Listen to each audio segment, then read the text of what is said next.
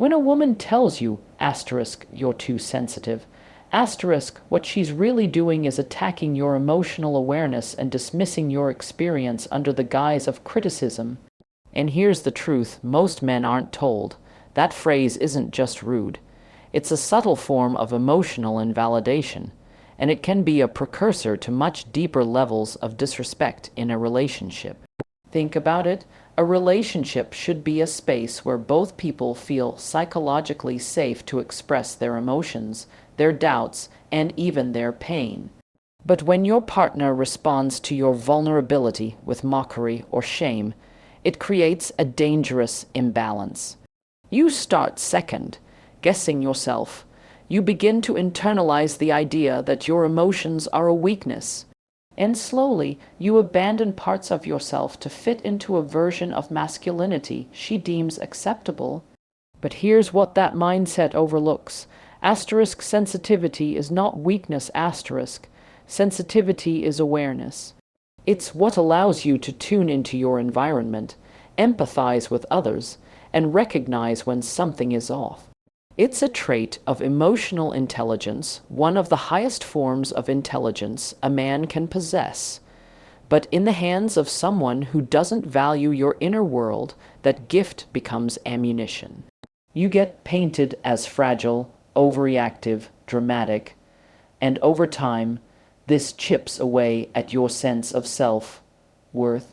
What makes this even more insidious is that the comment is often delivered casually during a disagreement or when you bring up a concern. It's meant to derail the conversation, to shift the spotlight from her behavior to your reaction. Now suddenly, the problem isn't that she said something hurtful.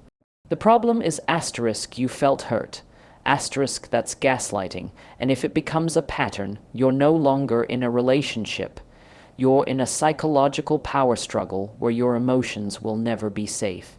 Now let's go a layer deeper. Philosophically speaking, being told you're too sensitive reduces the complexity of your inner experience to a character flaw. It's an attempt to mold you into a version of yourself that's easier to manage, less expressive, less inquisitive, less aware.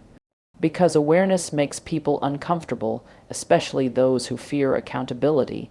The moment you stop questioning, stop feeling, stop challenging disrespect, you become easier to control.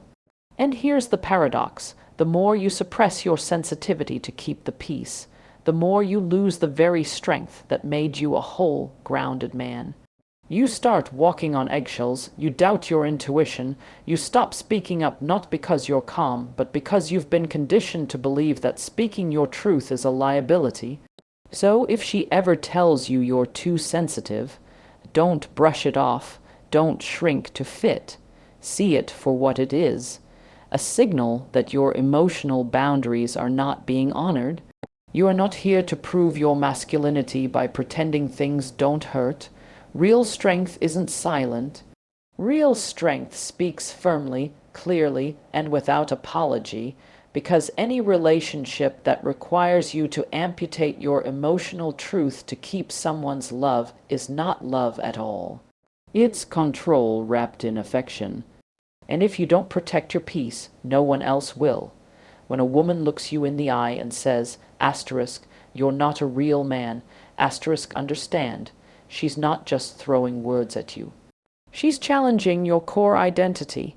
It's a loaded statement, one that's rooted in manipulation, not love. Because what she's really saying is, you're not the kind of man I can control. That phrase isn't feedback. It's a form of emotional sabotage, and it's designed to make you question yourself at the deepest level. Now here's the uncomfortable truth most men don't talk about. Masculinity has become a battleground. And far too often, the definition of a real man is determined by someone else's expectations that are ever-changing, emotionally convenient, and sometimes intentionally unattainable. One moment, you're supposed to be stoic and strong. The next, you're too cold and distant. And when you start setting boundaries or saying no, suddenly you're not man enough. It's a moving target, and the minute you start chasing it, you've already lost yourself. Psychologically, when a woman says this, she's leveraging shame as a tool. And shame is one of the most powerful weapons in any emotional conflict. It bypasses logic. It attacks the self. And if you're not grounded in who you are, that shame can make you bend, break, and betray your own principles just to win back a sense of validation. But what you need to realize is that any woman who weaponizes your identity in this way is not trying to build with you. She's trying to break you down to fit her blueprint . You don't become a real man by meeting her approval. You become a real man by knowing who you are, standing in it, and refusing to allow anyone to redefine you through insult or intimidation. Masculinity isn't something she can give you or take away. It's not tied to your paycheck, your appearance, your emotional range, or your ability to submit to her demands. Masculinity, in its mature form, is rooted in internal discipline, emotional strength, and unwavering clarity about what you will and will not tolerate. Let's also look at the philosophical depth here. When someone uses language to challenge your essence, they are performing what's called identity coercion . It's an attempt to shape your behavior by attacking your self-concept, and if you respond by defending yourself, by trying to prove her wrong, you've already entered a psychological trap. You're reacting to her frame instead of operating from your own. So what do? You hold the line. You remind yourself that your manhood is not up for debate. You don't yell, you don't plead, you don't try to convince her. You simply withdraw your energy from the game entirely.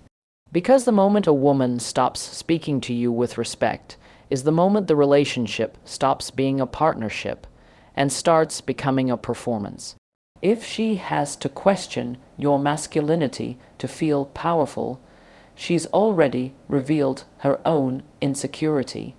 And if you stay trying to prove her wrong, you end up proving her right, because a man who truly knows his worth never explains it. He just walks away. If you loved me, you would. That line may sound romantic to an untrained ear, but don't be fooled. It's not affection, it's coercion dressed up as emotional intimacy, and once that phrase enters your relationship, what's really happening is this: love is being weaponized. It's no longer a connection between two people, it's a tool of manipulation. And if you're not careful, you'll find yourself compromising your values just to prove something that never needed proof in the first place. Let's break it down. That sentence isn't just a request, it's an ultimatum. It ties your love to a condition, and not just any condition, but usually something that benefits her, often at your expense. It may come during a disagreement, or when you set a boundary, or when you simply say no to something that doesn't sit right with you. Suddenly, your refusal isn't logical or valid anymore. It becomes evidence that you don't care. You're no longer a man standing firm. You're now cast as emotionally unavailable, selfish, or even cold. But here's the truth most men miss.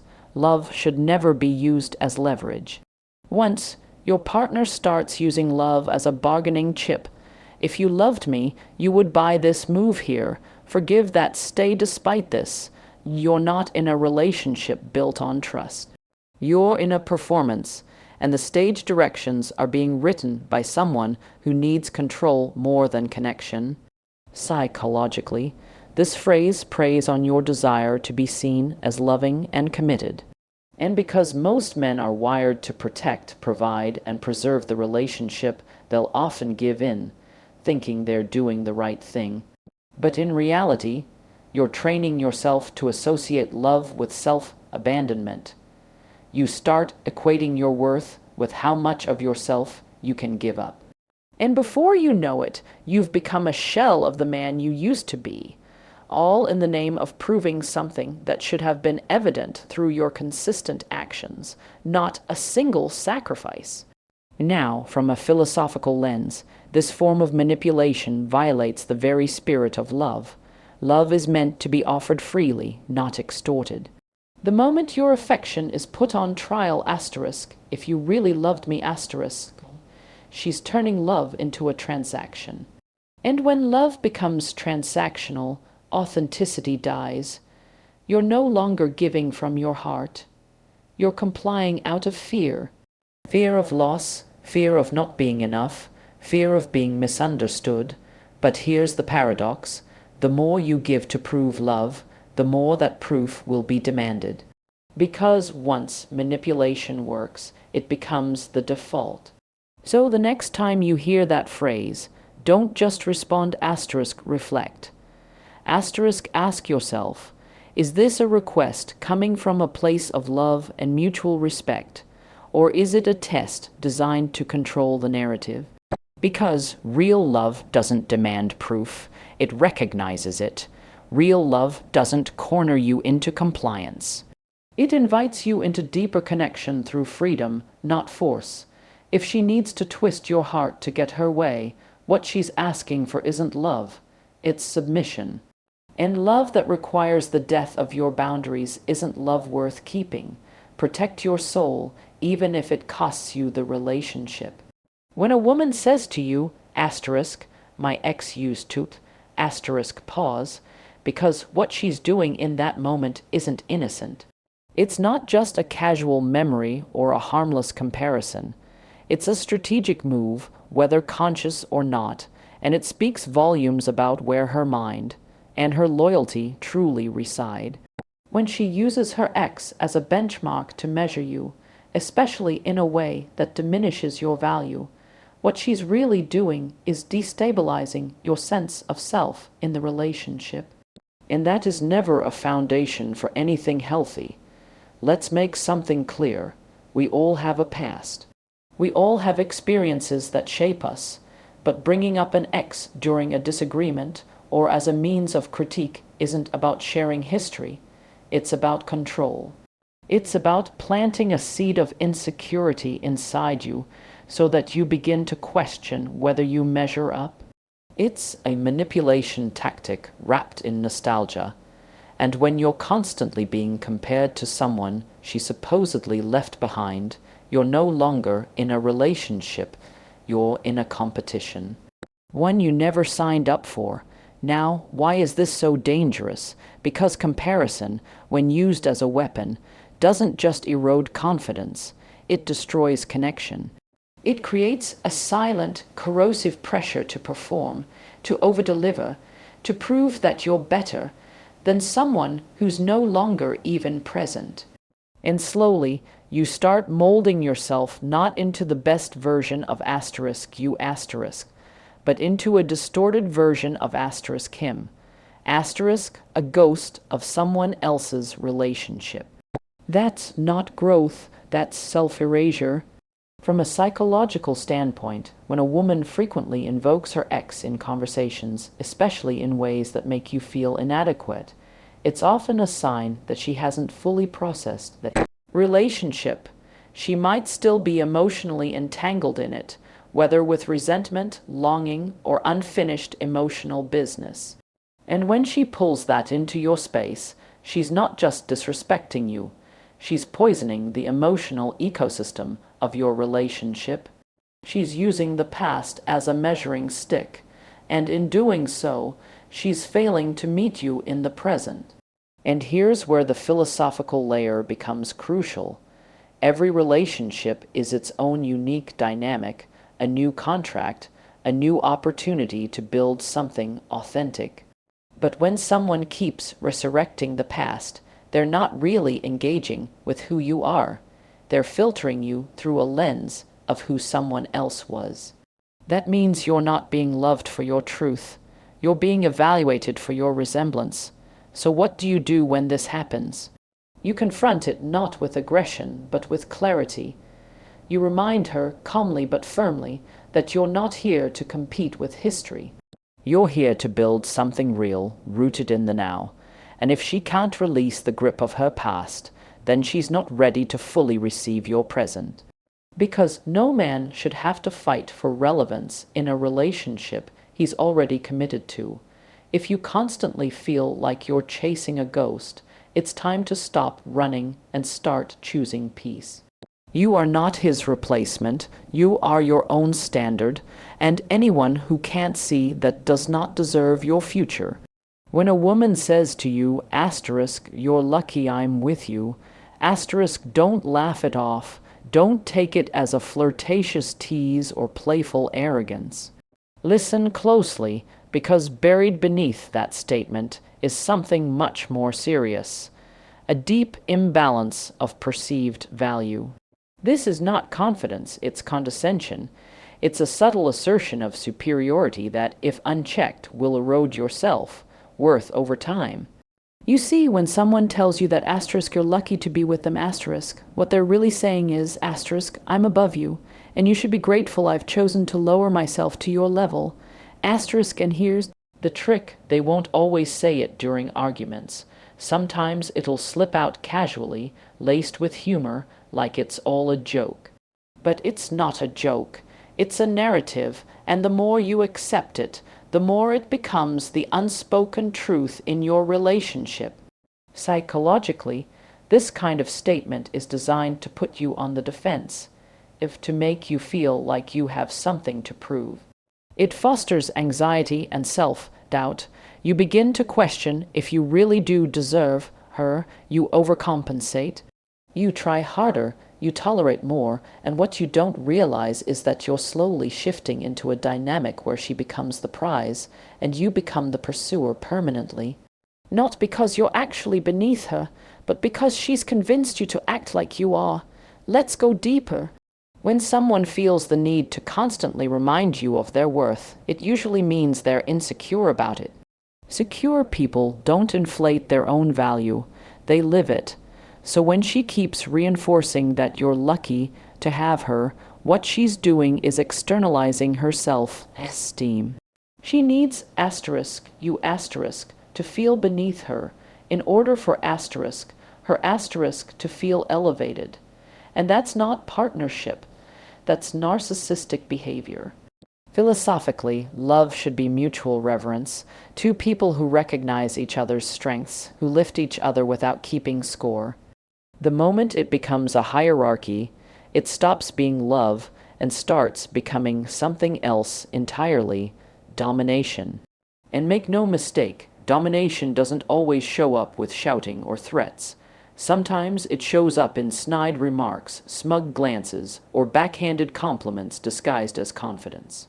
You were not put on this earth to chase someone else's validation like it's your oxygen.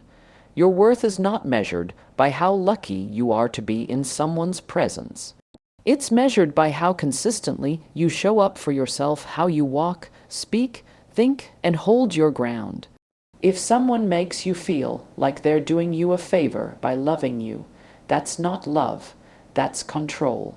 So if she ever says, "You're lucky I'm with you," look her in the eyes and ask yourself, asterisk, is this someone who values me, or someone who needs to feel superior to feel secure?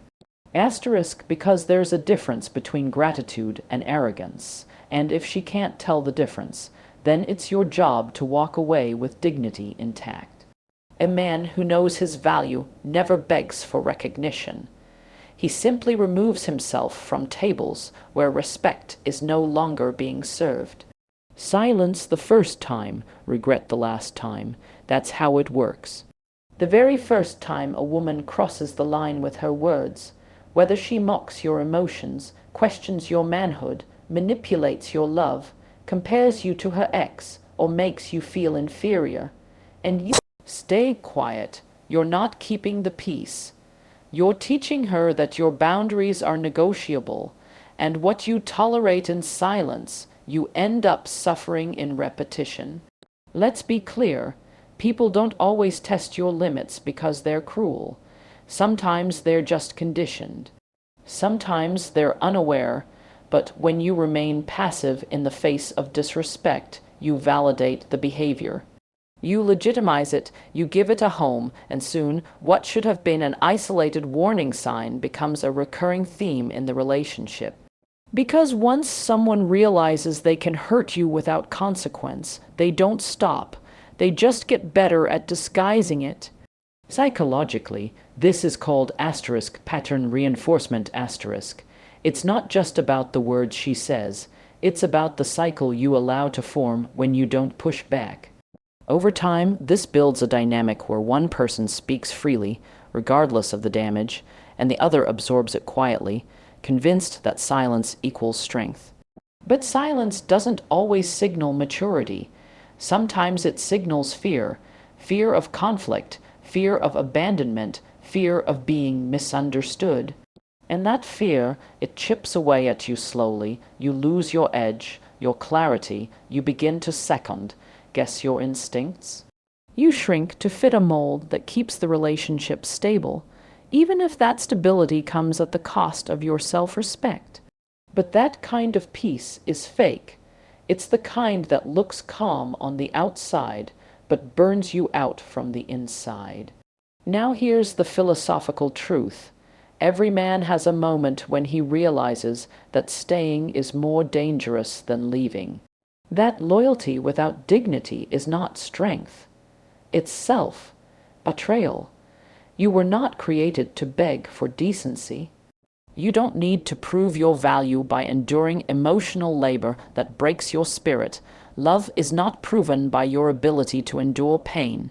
It's proven by your ability to honor your soul. The most powerful men are not the ones who dominate others.